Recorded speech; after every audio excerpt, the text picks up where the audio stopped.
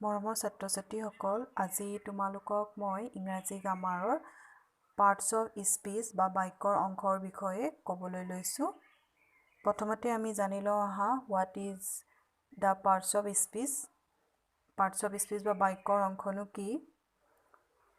A parts of speech is a group of words or sentence that are used in a different meaning. বাক্যৰ অংশ বা parts of speech হৈছে বাক্যৰ বিভিন্ন অৰ্থৰ কেইটামান ৱৰ্ড বা শব্দ। যিকোনো এটা চেণ্টেন্সত বিভিন্ন অৰ্থৰ শব্দ বা ৱৰ্ড থাকে আৰু তাকে বাক্যৰ অংশ বা পাৰ্টছ অফ স্পীচ বুলি কোৱা হয়। এই এক্সাম্পলটোলৈ মন কৰা, তাত লিখা আছে মণি reeds A book.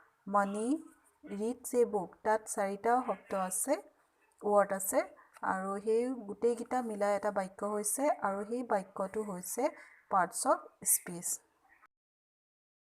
There are 8 parts of speech in English. Parts of speech বা বাক্য অংশ 8 প্ৰকাৰৰ। Noun, pronoun, adjective, verb, adverb, preposition, conjunction and interjection. মই আকৌ এবাৰ পঢ়ি দিছোঁ।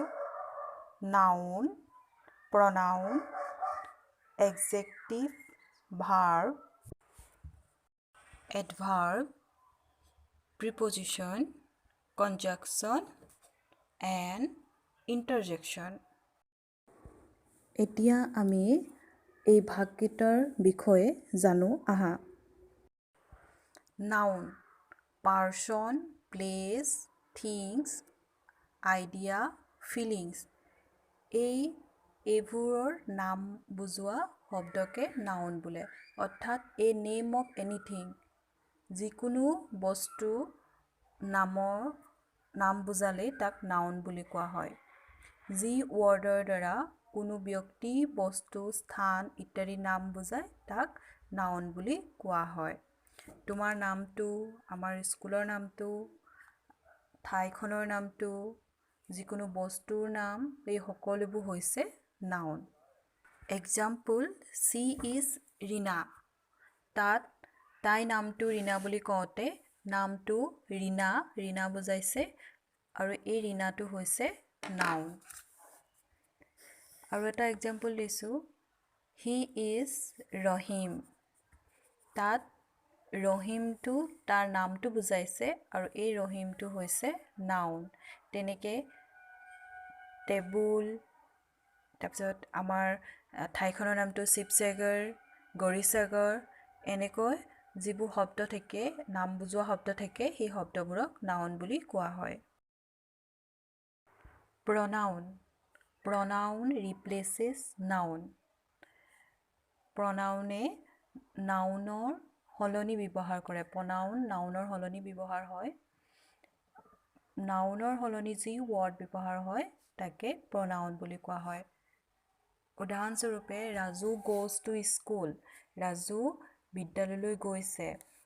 সেই বাক্যটোকে যদি আমি আকৌ বেলেগকৈ লিখোঁ, হি গোজ টু স্কুল, সেই তাত ৰাজুৰ সলনি আমি হি ব্যৱহাৰ কৰিছোঁ। ৰাজুটো হৈছে নাউন আৰু হিটো হৈছে প্ৰনাউন। নাউনৰ সলনি আমি প্ৰনাউন ব্যৱহাৰ কৰিছোঁ। Sita is a good girl. Sita এজনী ভাল ছোৱালী। সেই বাক্যটো পুনৰ আমি যদি সীতাৰ সলনি চি ব্যৱহাৰ কৰোঁ, C is a good girl, তাত সেই চিটো হৈছে প্ৰনাউন। অৰ্থাৎ নাউনৰ সলনি যি শব্দ ব্যৱহাৰ কৰা হয় তাকে প্ৰনাউন বুলি কোৱা হয়। হি, চি, আই, মি, ইউ, দে, সেইবোৰ হৈছে প্ৰনাউন শব্দ। Adjective, a word that describes a noun. এই নাউনক বৰ্ণনা কৰা শব্দই হৈছে এডজেক্টিভ। অৰ্থাৎ যি ৱৰ্ডে নাউনৰ গুণ, দোষ, সংখ্যা, পৰিমাণ, অৱস্থা প্ৰকাশ কৰে তাকে এডজেক্টিভ বুলি কয়। উদাহৰণস্বৰূপে, Raju is a good, bad, tall boy. তাত ৰাজুক ভাল, বেয়া, ওখ ল'ৰা এনেকৈ কৈছে আৰু ৰাজুক বৰ্ণনা কৰিছে। ৰাজু কেনেকুৱা? ৰাজু ভাল বা বেয়া বা ওখ ল'ৰা ৰাজুক বৰ্ণনা কৰিছে। ৰাজুটো হৈছে নাউন। গুড, কল, বিউটিফুল, আগলি, ওৱান এই শব্দবোৰ হৈছে এডজেক্টিভ।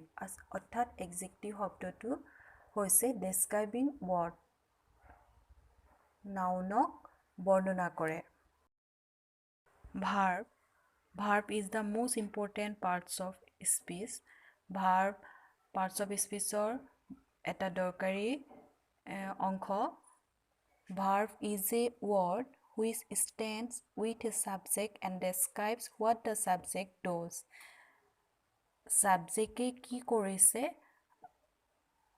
আৰু subjectে কি কৰিব তাক বুজায় ভাৰ্বে।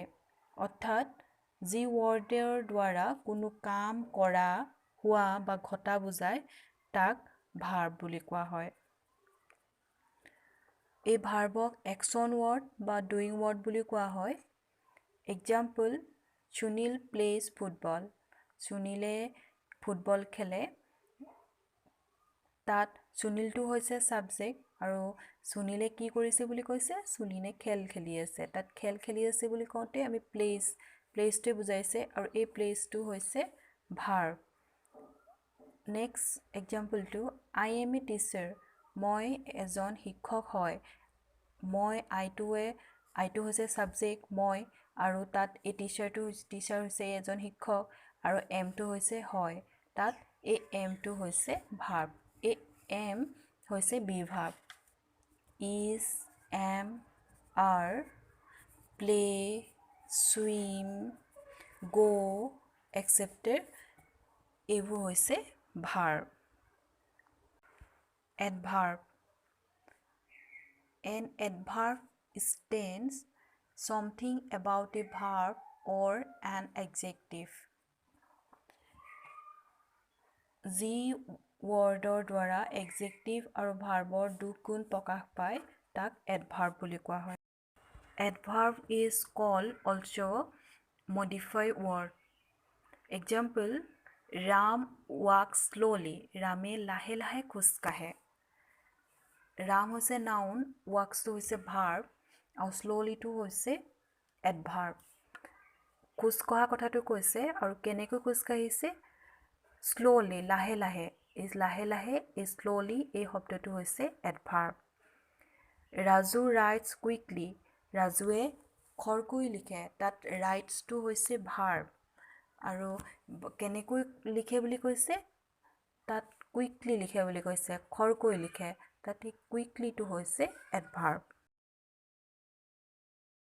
Preposition, position of the noun and pronoun. Noun বা প্ৰনাউনৰ পজিশ্যনটো প্ৰিপজিশ্যনে বুজায়। অৰ্থাৎ যি ৱৰ্ড কোনো নাউন বা প্ৰনাউনৰ আগত বহে আৰু তাৰ পাছৰ নাউন বা প্ৰনাউনৰ সৈতে তাৰ সম্পৰ্ক স্থাপন কৰে তাকে প্ৰিপজিশ্যন বুলি কোৱা হয়। Example, the book is on the table. তাত কিতাপখন টেবুলৰ ওপৰত আছে। ক'ত আছে বুলি কৈছে? টেবুলৰ ওপৰত আছে। ওপৰত বুলি কওঁতে তাত কিতাপ আৰু টেবুলৰ সম্পৰ্কটো স্থাপন কৰিছে এই অনটোৱে। এই অনটো হৈছে preposition. The sun is above us. আমাৰ ওপৰত বেলিটো আছে বুলি কৈছে আৰু এই দুটা প্ৰনাউন আৰু নাউনক এবভটোৱে সম্পৰ্ক স্থাপন কৰিছে। ঠিক সেইদৰে with, on, down, in, for এই শব্দবোৰ হৈছে প্ৰিপজিশ্যন। Conjunction, joining word.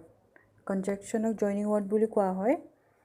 যি ৱৰ্ডে দুটা চেণ্টেন্সৰ মাজত বহি সংযুক্ত কৰে তাকে কনজাংশ্যন বুলি কোৱা হয়। Example, Rita, Sita and Madhusmita R good girls. তাত ৰীতা, সীতা, মধুস্মিতা তাত তিনিজনী ছোৱালীৰ নাম আছে আৰু গোটেইকেইজনী ভাল ছোৱালী বুলি কৈছে আৰু তাত এই এনটোৱে তিনিজনীকে সংযোগ কৰিছে, জইন কৰিছে। ৰীতা ডেন্সেছ বাট হাৰ চিষ্টাৰ ছিংছ। তাত দুটা বাক্য আছে, ৰীতা ডেন্সেছ আৰু হাৰ চিষ্টাৰ ছিংছ। তাত বাটটোৱে দুটা বাক্যকে সংযোগ কৰিছে যে ৰীতাই নাচে কিন্তু তাই ভনীয়েকে গান গায়। সেইদৰে and, but, or, beside, however, that, therefore, yet, except এই শব্দবোৰ হৈছে কনজাংচন শব্দ বা joining word. Interjection surprising or expressing feelings like sad, happy, etcetera. অৰ্থাৎ যি ৱৰ্ডৰ দ্বাৰা মানুহৰ মনৰ আৱেগ, অনুভূতি, আনন্দ, সুখ, দুখ প্ৰকাশ কৰা হয় তাক ইণ্টাৰজেকশ্যন বুলি কোৱা হয়। এই ধৰণৰ শব্দৰ পাছত আমি এক্সক্লেমেটৰী চিন ব্যৱহাৰ কৰোঁ। Example, wow it is very pretty. আমি কিবা এটা বস্তু দেখিলে আমি কওঁ যে ইমান ভাল লাগিছে বা ইমান ধুনীয়া এনেকৈ কওঁ। সেই ৱাও বুলি কোৱা সেইটো হৈছে সেই তেনেকৈ প্ৰকাশ কৰা শব্দটো হৈছে ইণ্টাৰজেকশ্যন শব্দ। এলাছ আই লছ, যেতিয়া আমি কিবা এটা হেৰুৱাওঁ তেতিয়া আমি ইছ এনেকৈ কওঁ বা হাই এনেকৈ কওঁ, তেতিয়া সেই এলাছ শব্দটো হৈছে ইণ্টাৰজেকশ্যন ৱৰ্ড। ঠিক সেইদৰে এলাছ, হেৰা, এই এনেকুৱা শব্দবোৰ হৈছে ইণ্টাৰজেকশ্যন ৱৰ্ড।